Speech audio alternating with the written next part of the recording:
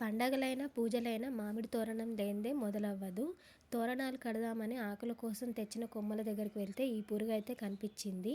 ఈ కొమ్మల్ని తీసుకొచ్చిన మా ఆయనకు కూడా ఈ పురుగు అందులో ఉన్న విషయం అయితే తెలీదు. చూపించాకైతే ఎలా మాట్లాడుతున్నారో మీరే హాయ్ ఫ్రెండ్స్, చూడండి ఫ్రెండ్స్, మామిడాకు ఇది పక్కకు పెడితే చూడండి ఫ్రెండ్స్. నడతలేదు.